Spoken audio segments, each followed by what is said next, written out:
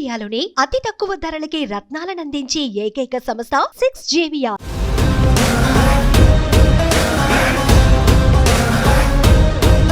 Big boss లోపలికి వెళ్ళారా, select కాకపోతే ఎందుకు బయటికి సెలెక్ట్ అయిపోయారన్న మాటలు బయటకు వచ్చాయి. ఇక ఎట్లా చెప్పాలి నీకు ఇప్పుడు ఎక్స్క్యూజ్ మీ హలో హాయ్ అండి అని ఇక బుడ్డ డ్రెస్సులు వేసుకున్న వాళ్ళ కథ ఇక అట్లా మరి ఏం కథ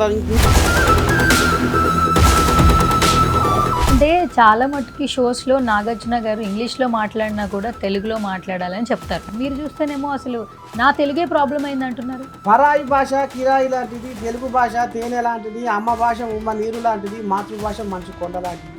ఇంతకుముందు సీజన్లో పల్లవి ప్రశాంత్ రైతు బిడ్డ అంటూ లోపలికి వెళ్ళాడు. సమాజానికి సేవ చేసే గుణం ఉన్నోడు అన్నం వినాక చిత్రరేఖకుని కంచెలో కులుకులొరికిన కలిగివా, శిల్ప భావన ఉలిమున నాట్యాల సిగ్గులొలికిన ముగ్ధ మోహినివా, ఆహా మధురిమ భావాల మైమరచి పాడిన ప్రణయరాశివా, ప్రభాత గీతివా అని అమ్మాయిల తోగ పట్టుకొని తిరుగుతుండు. ఏంది కథ? గణేష్ ఒక్క నిమిషం ఆగు. చంద్ర, ఆయన అగ్ని పరీక్షలో బిగ్ బాస్ హౌస్లోకి వెళ్ళిన నరసీతాతలా ఉన్నారు కదా, ఒకసారి పద ముందుకు పద చూద్దాం. గణేష్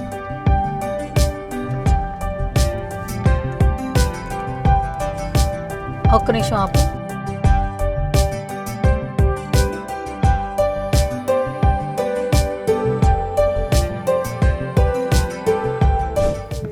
మా ఊరు మందార మాల కిలకిల రాగాల జోల, చల్లనైన ఈ చిరుగాలులు మా పల్లె తల్లికి ఆభరణాలు, ఉయ్యాలలుగే చెట్ల కొమ్మలు మా నేల తల్లికి తోరణాలు.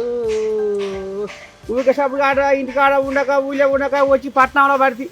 నరసయ్య ఏంటి ఇక్కడ ఉన్నారేంటి, రోడ్డు మీద పాటలు పాడుతున్నారేంటి, మీరు బిగ్ బాస్ హౌస్లో ఉన్నారు, అగ్ని పరీక్ష సెలెక్ట్ అయిపోయారండి, ఎక్కడ చూసినా ఫొటోస్ వస్తున్నాయి, మీరు ఇక్కడ ఉన్నారండి? మా నీ చెవులో పడ్డదా ఈ ముచ్చట? వామ్మో ఏముంది బీజ, ఏం చెప్పాలి? పొద్దుగాల పచ్చి పులుసుల పోసు పెట్టలేదు, పొద్దుకి బువ్వల నీసు పెట్టలేదు, ఆయన పంచాదే ఉంది. ఏం పంచాది? ఈ పంచాది పాట కాదు, అందరూ బిగ్ బాస్కి వెళ్తున్నారు అని చెప్పని అన్నారు, చాలా మంది కామన్ మెన్స్ తీసుకున్నారు అంటున్నారు, మీరు ఉన్నారు అనుకున్నారు, బయట ఉన్నారండి, ఇక్కడ ఉన్నారండి, రోడ్డు మీద ఉన్నారండి. ఓ అమ్మా, ఇప్పుడు నీకు ఆ కథ చెప్పాలనా? అవును. ఇక మరి ఈ రోడ్డు మీద పట్టుకొని అడిగితే నేను ఏం చెప్పా? మనవరాలా ఆ సుమన్ టీవీ ఇక్కడే ఉంది, వెళ్దామా? యాడా? ఇక్కడే పక్కనే. ఇవా పిలిచింది జర్ర సైజు ఉండు మళ్ళీ వస్తా. Yes guys, Bigg Boss start అయిన దగ్గర నుంచి కామన్ మెన్స్ తీసుకుంటున్నారు. ఈసారి షో నార్మల్ గా ఉండదు, సీజన్ 9 ఒక రేంజ్ లో ఉంటుందని అయితే మాత్రం మనకు అందరికీ అర్థమవుతుంది. సో ఆల్మోస్ట్ నరసయ్య తాత గురించి ఇంట్రడక్షన్ అవసరం లేదు, ఆయన సెలెక్ట్ అయిపోయారు అని చెప్పి చాలా వీడియోస్ ఫొటోస్ కూడా బయటకు వచ్చాయి. బట్ ఇక్కడ ఉన్నారు బయట అని తెలియట్లేదు. బట్ ఒక చిన్న చిట్ చాట్ అయితే చేద్దాము సుమన్ టీవీలో. సో బాబాయ్ రెడీయా? పద వెళ్ళిపోదాం అయితే.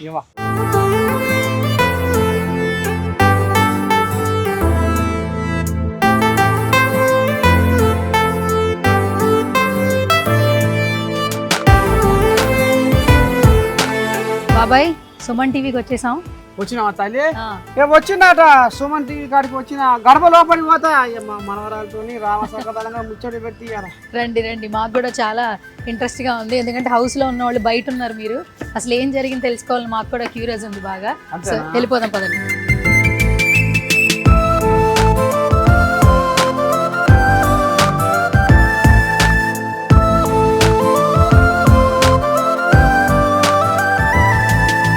నరసయ్య తాత ఆయన వేషధారణతో అందరిని అట్రాక్ట్ అయితే చేస్తున్నారు. అలాంటి బిగ్ బాస్ హౌస్ లో ఉండాల్సిన వ్యక్తి బయట ఎందుకు ఉన్నారు నాకైతే అర్థం కాలేదు. సో రైట్ నౌ అయితే నాతో పాటు నరసయ్య తాత ఉన్నారు. అసలు బిగ్ బాస్ లోపలికి వెళ్ళారా, సెలెక్ట్ అయ్యారా, సెలెక్ట్ కాకపోతే ఎందుకు బయటికి సెలెక్ట్ అయిపోయారన్న మాటలు బయటకు వచ్చాయి. సో ఆ జర్నీ అంతా, ఆ విశేషాలంతా నరసయ్య తాతతో అడిగి తెలుసుకుందాం. నమస్తే నరసయ్య తాత.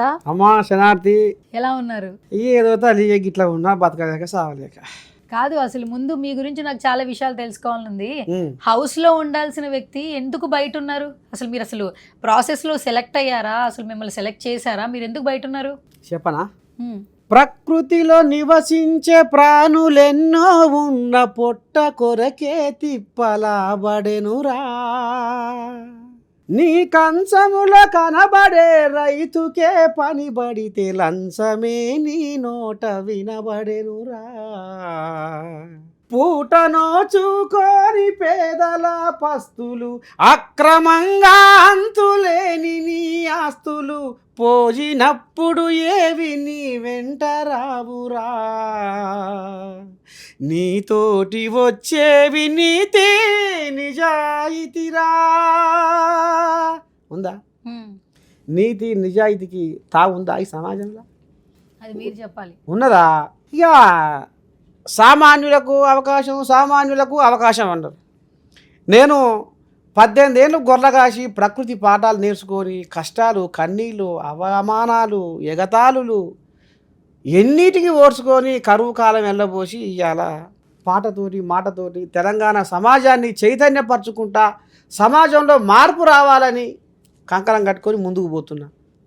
మరి బిగ్ బాస్ హౌస్లో ఉండవలసిన నువ్వు అగ్ని పరీక్షలో అప్పుడే ఎందుకు వచ్చినావు తాత అంటే మరి నేనేం చెప్పా? నా తెలంగాణ మాండలికం వాళ్ళకి అర్థం కాలే, నా తెలుగు పాట వాళ్ళకి అర్థం కాలే.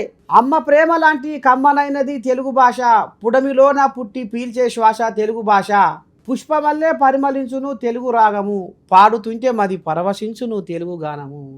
ఇంగ్లీషు చదివి తెలుగు మరచిపోకురా, తెలుగు తల్లి కీర్తి జగతికి చాటి చెప్పురా. ఈ మాట అన్నాక అసలు వాళ్ళు ముక్కో దిక్కు పెట్టిరు, మూడో దిక్కు పెట్టిరు. ఎవరు వాళ్ళు మరి వాళ్ళకు మరి ఎందుకంటే వాళ్ళు పొద్దున చేస్తే వాళ్ళ నోట్లే వాళ్ళ నాలుక మీద నాట్యం ఆడేది ఏందయ్యా అంటే ఇంగ్లీష్. నేను సామాన్యుడిని, మామ నాకు ఇంగ్లీష్ నేర్పలే, గయ్యే వాళ్ళు నేర్పించారు. గయ్యే రవితి గుంతం దాకా నేర్చుకున్నా, గదే తెలుగుని పట్టుకొని పాకులాడినా గట్ల నాకు తెలిసిన సాహిత్యంతో పాటలు రాస్తున్నా పాడుతున్నా. ఇక మరి గానే నువ్వు అర్థం చేసుకోమనవరాలా అంటే ఏంటి, మీరు భాష అనేది ప్రాబ్లంగా ఉండి మీరు బయటకు వచ్చేసారా? ఇప్పుడు ఏమంటారు చూడు, ఇక ఎట్లా చెప్పాలి నీకు ఇప్పుడు, ఎక్స్క్యూజ్ మీ, హలో హాయ్ అండి అని ఇక బుడ్డ డ్రెస్సులు వేసుకున్న వాళ్ళ కథ, ఇక అట్లా మరి ఏం కథ ఇంకో కథ ఏందో ఏ కథ ఏందో కానీ మొత్తానికైతే నర్సే తాత పాట ఒక శక్తి. నర్సే తాత పాట సమాజాన్ని మారుస్తుంది, ఒక చైతన్యం తీసుకొస్తుంది. అరే ఇంత ప్రతిభ ఉన్నది ఈ నర్సయ్య తాతకు, మనం ఒక వేదిక కల్పిస్తే ప్రపంచవ్యాప్తంగా కోట్లాది మందిని మార్చగలిగే శక్తి నర్సయ్య తాత పాటలో ఉంది అనేది మాత్రం వాళ్ళు గ్రహించలేకపోయారు, అర్థం చేసుకోలేకపోయారు. మరి నేనేం చెయ్య? అంటే చాలా మట్టుకి షోస్లో నాగార్జున గారు ఇంగ్లీష్లో మాట్లాడినా కూడా తెలుగులో మాట్లాడాలని చెప్తారు. అంటే రియాలిటీ షో, అది కూడా తెలుగు ఆడియన్స్ కనెక్ట్ అయిన షో బిగ్ బాస్ అనేది. ఎప్పుడైనా ఎవరైనా ఇంగ్లీష్లో వాళ్ళు కాన్వర్జేషన్స్ చేసుకున్నా కూడా బిగ్ బాస్ వాయిస్ కూడా వస్తుంది, తెలుగులో మాట్లాడండి. మరి తెలుగుకి అంత ఇంపార్టెన్స్ ఇస్తున్నారు కదా షోలో, మీరు చూస్తేనేమో అసలు నా తెలుగే ప్రాబ్లం అయింది అంటున్నారు. పరాయి భాష కిరాయి లాంటిది, తెలుగు భాష తేనె లాంటిది, అమ్మ భాష ఉమ్మ నీరు లాంటిది, మాతృభాష మంచు కొండ లాంటిది. కానీ మరి ఏది అక్కడ కాకర బీకర అన్న పదాలే ఎక్కువ పడుతున్నాయి. కాకర బీకర అంటే గయ్యే ఇంగ్లీష్ పదాలే ఎక్కువ పడుతున్నాయి. అసలైన స్వచ్ఛమైన మచ్చలేని అచ్చమైన తెలుగు భాష అంతంత మాత్రమే వినపడుతుంది తల్లి. అందుకనే ఎక్కడ చూసినా తెలుగు పదాలు కనపడతలేవు, ఎక్కడ చూసినా తెలుగు అక్షరాలు కనుమరుగు అయిపోతున్నాయి. పరభాష మోసుతోటి తెలుగు భాషకు బూజు పడుతుంది అనేది నాకు కనపడదు. అంటే నేను ఒక మట్టిలో పుట్టి మట్టితోని పోరాడి ఒక సామాన్య కుటుంబం, గొర్రెల కాపరి కుటుంబం నుంచి వచ్చిన నాకు తెలుగు తప్ప ఇంగ్లీషు రాకపోయా. వాళ్ళు ఎట్లా అర్థం చేసుకున్నారు? నా మాట వాళ్ళకి అర్థం కాలేదా, నా భాష వాళ్ళకి అర్థం కాలేదా, నా పాట వాళ్ళకి అర్థం కాలేదా అనేది నాకు అనుమానం. ఓకే తాత, అసలు మీరు లోపలికి వెళ్ళిపోతున్నారని అయితే బయటికి అయితే అందరూ చెప్పుకుని ఉన్నారు. కొన్ని పేపర్స్లో కూడా నేను చూశాను, అగ్ని పరీక్షలో దాకా వెళ్ళినటువంటి నర్సయ్య తాత.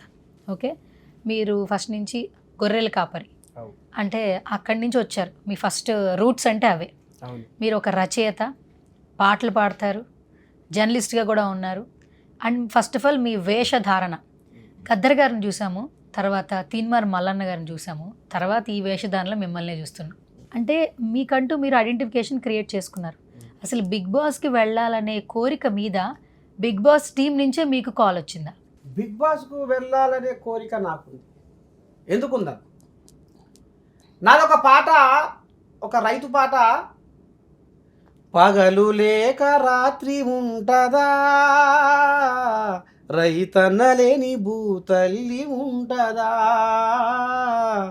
ఒక క్షణమైన ఎడబాసి ఉంటారా ఆ పగలు రాత్రి వేరైతే రోజు గడవదు, భూతల్లికి రైతన్న దూరమైతే మన పూట గడవదు. ప్రపంచానికి ఊపిరివి ఓ రైతన్నా,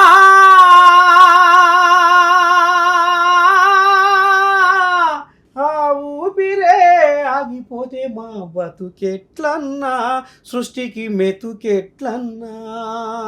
ఈ పాట 9 నిమిషాల పాట తల్లి. నువ్వు యూట్యూబ్లో కొట్టుకున్నా ఇప్పుడు నీకు అది కనపడుతుంది. ఇంట్లో ఒక పదం ఏం రాసినాయంటే, ఒక్కసారే నువ్వు చచ్చి మమ్ము రోజు చంపబోకు రైతన్నా. అంటే నిన్ను నమ్ముకున్న వాళ్ళు భార్య ఉన్నది, పిల్లలు ఉన్నారు, ఇంతమందిని కుటుంబాన్ని వదిలిపెట్టి నువ్వు ఎట్లా అర్ధాంతరంగా ఆగమైపోతావు రైతన్నా అనేది ఒక పాట. ఈ పాటలో ఈ పదము గుంటూరు జిల్లా వేమూరు మండలం చెంచయ్య అనే మనిషి ఈ పాట విని ఆత్మహత్య చేసుకుంటాడు, బతికిపోయాడు. నా కాడికి వచ్చిండు, నీ పాట ద్వారా నేను బతికిన నరసయ్య అని నాకు ఫోన్ చేసి నన్ను కలిసి ఆ పాటను రికార్డింగ్ చేయించిన ఎవరైతే దానికి ఖర్చు పెట్టి రికార్డింగ్ చేయించిండో ఆయనని కలిసి సన్మానం చేసి ఇంటికి పోయి ఇప్పటికీ ఆయన వాళ్ళ మనవరాలు పెళ్ళి మనవని పెళ్ళి చేసుకున్నాడు. అంటే నేను బిగ్ బాస్కు ఎందుకు పోవాలనుకుంటున్నా అంటే నా పాటలో ఏదో శక్తి ఉన్నది. ఈ శక్తి 10 మందికి ఇంకా దబ్బున పాకాలే, ప్రపంచానికి ఇది ఎగబాకాలే, ప్రచారం కావాలి, ఇంకా ఎంతోమంది ఆత్మహత్య చేసుకోకుండా ఆగాలి, మనోధైర్యాన్ని కల్పించాలి నా పాట. మరి ఇదంతా నాకు పెద్ద వేదిక అయితే బాగుంటుంది అనేది ఆలోచన చేసిన. అరే బిగ్ బాస్ అయితే ఎంతోమంది చూస్తారు, ప్రపంచవ్యాప్తంగా ఇది చూస్తారే, దీని ద్వారా నా పాట ఇంకా కోట్లాది మంది జనాల్లోకి వెళ్ళిపోతుంది, ఒక మార్పు తీసుకొస్తుంది, ఒక చైతన్యం తీసుకొస్తుంది, ఒక మనోధైర్యాన్ని కలిగిస్తుంది అని. నీకు కాకపోతే ఇప్పుడు ఆ చెంచయ్య అనే మనిషి మాట్లాడి నా ప్రాణాన్ని కాపాడిండు నరసయ్య తాత పాటతోటి అనేది ఇగో నీకు ప్రూఫ్తో సహా ఉన్నది తల్లి.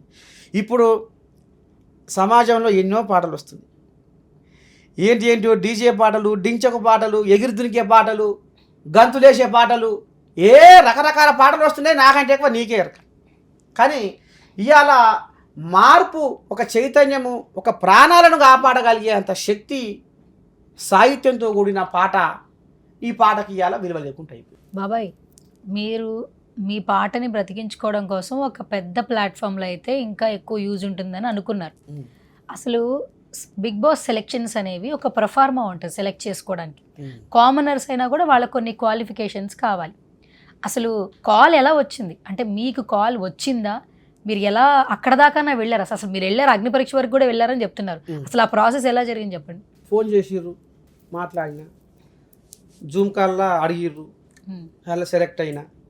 మళ్ళీ నాడు గ్రూప్ డిస్కషన్కి రావాలన్నారు, ఆడికి కూడా పోయినా, ఆడ కూడా మాట్లాడినా, అండర్ సెలెక్ట్ అయినా. అగ్ని పరీక్ష ఉంది రావాలన్నారు, పోయినా.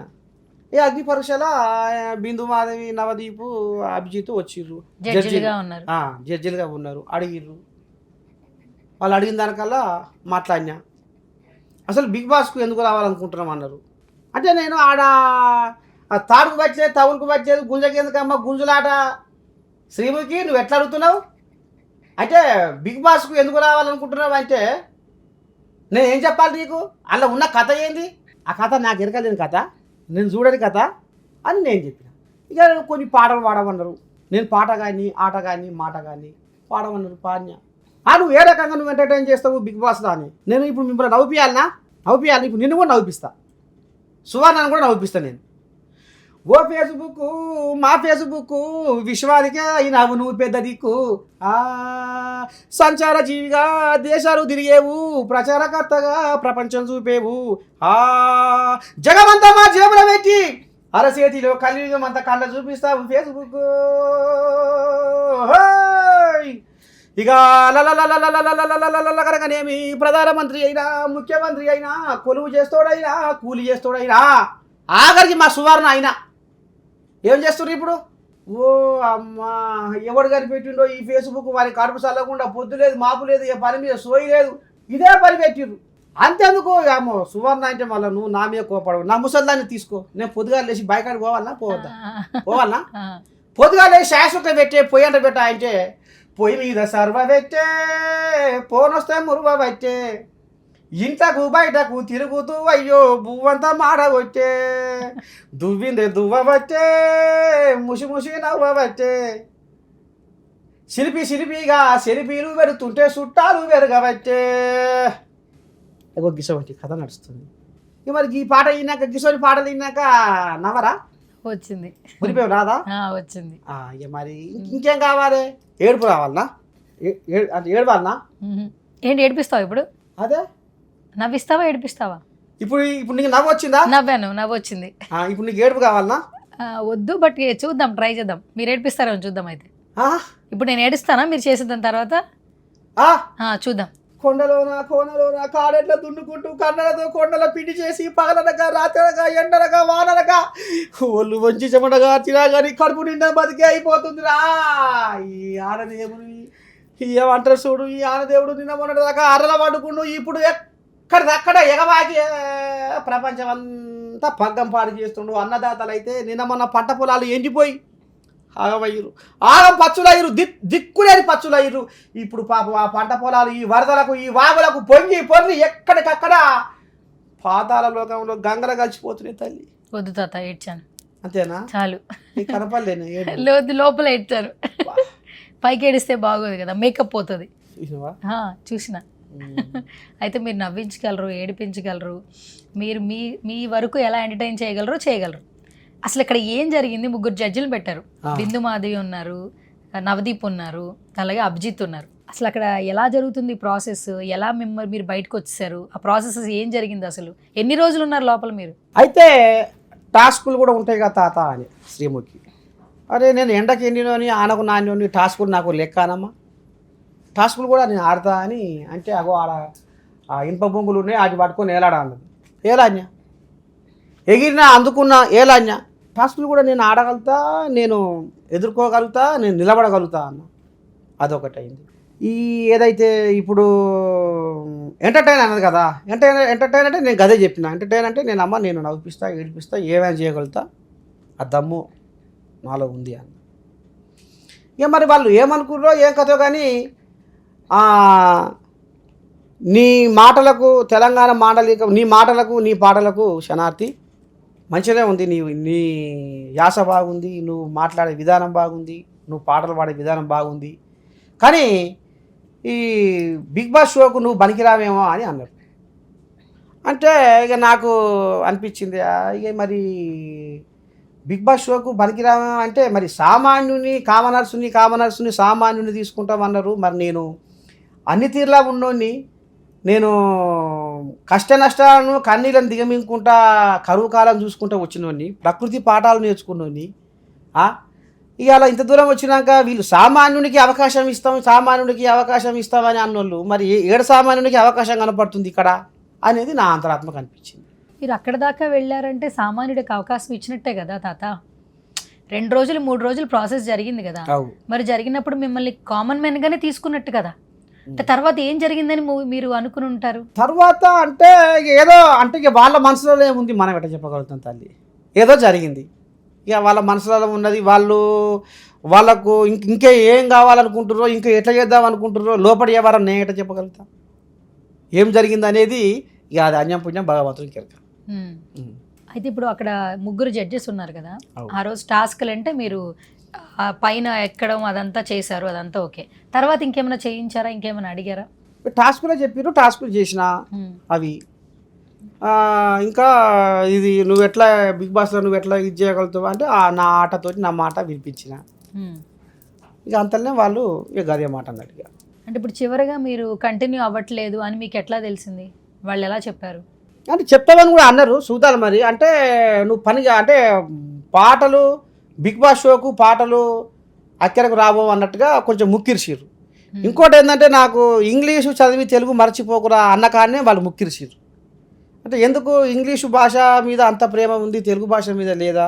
మరి అమ్మ భాష ఉమ్మనీరు లాంటిది అంటారు. మరి తెలుగు భాషకు నాలాంటి సామాన్యుడు తెలుగు భాష పట్టుకొనే వస్తాడు కదా ఎక్కడైనా. ఇంగ్లీష్ అంటే మరి మేము పెద్ద చదువులు చదవలేదు, మా అయ్య మామ చదివించలేదు.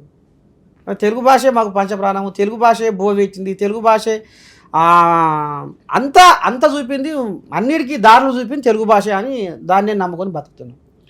అయితే తాత అంతకుముందు సీజన్లో పల్లవి ప్రశాంత్ రైతు బిడ్డ అంటూ లోపలికి వెళ్ళాడు. తీరా చూస్తే విన్నర్ అయిపోయాడు. మరి అతను కామనర్, బిగ్ బాస్ హౌస్లోకి వెళ్ళాలని ఇంట్రెస్ట్ ఉంది, తనకు తను ప్రూవ్ చేసుకోవాలని ఒక కోరిక ఉంది. అన్ని టాస్కులు గెలిచాడు, అసలు లాస్ట్ వరకు ఉంటాడని ఎవరు ఊహించలేదు. టాప్ 5 దాకా వెళ్ళడం ఒక ఎత్తు అయితే టాప్ 5 నుంచి విన్నర్ అయ్యాడు. అప్పుడు అందరికీ ఒక నమ్మకం వచ్చింది, రియాలిటీ షోస్లో మనల్ని మనం ప్రూవ్ చేసుకుంటే ఖచ్చితంగా సక్సెస్ మన వెంటే ఉంటుంది అని ఒక నమ్మకం వచ్చింది పల్లవి ప్రశాంత్. మరి ఏం చెప్తారు? మరి ఇప్పుడు చూస్తే ఇట్లా జరిగింది అంటున్నారు మీ విషయంలో, మరి మీరేం చెప్తారు? ఇప్పుడు బిగ్ బాస్ షోలో అనేది నటన ఉండాలన్న. ఇప్పుడు నేను నా లెక్కనే ఉంటా. నర్సయ్య తాత అనేటోడు సామాజిక సేవనే కోరుకుంటాడు, సామాజిక సేవే చేస్తాడు, జనాల మేలే కోరుకుంటాడు. అంటే నర్సయ్య తాత అనేటోడు 10 మందికి ఎక్కడికి వచ్చే పని చేస్తాడు, నిజంగానే ఆయన ఎట్లుండాలో గట్టిగా ఉంటాడు అనేది నేను చూపించుకున్నాడు. మరి అక్కడ నటన కూడా చేయాలంటే నేను నటన కూడా నాకు వస్తాయి నటన. కానీ అందులో పోయినాక నర్సయ్య తాత ఏంది, సమాజానికి సేవ చేసే గుణం ఉన్నాడు. అందులో పోయినాక చిత్రరేఖకుని కంచెలో కులికులొలికిన కలికివా, శిల్ప భావన ఉలిముల నాట్యాల సిగ్గులొలికిన ముగ్ధ మోహినివా, ఆహా మధురిమ భావాల మైమరచి పాడిన ప్రణయరాశివా ప్రభాత గీతివా అని అమ్మాయిల తోగ పట్టుకొని తిరుగుతుండు, ఏంది కథ అని భాగవతం మళ్ళీ నాకు వంట కట్టరా. పల్లవి ప్రశాంత్ రైతు బిడ్డ అని ఇక సెల్ఫీలు వీడియోలు తీసుకుంటా రైతుకు ఆదరణ లేదా, రైతు బిడ్డకు ఆదరణ లేదా అనేది బాగా సోషల్ మీడియాలో వైరల్ అయింది. సరే ఆయన కూడా పోయిండు.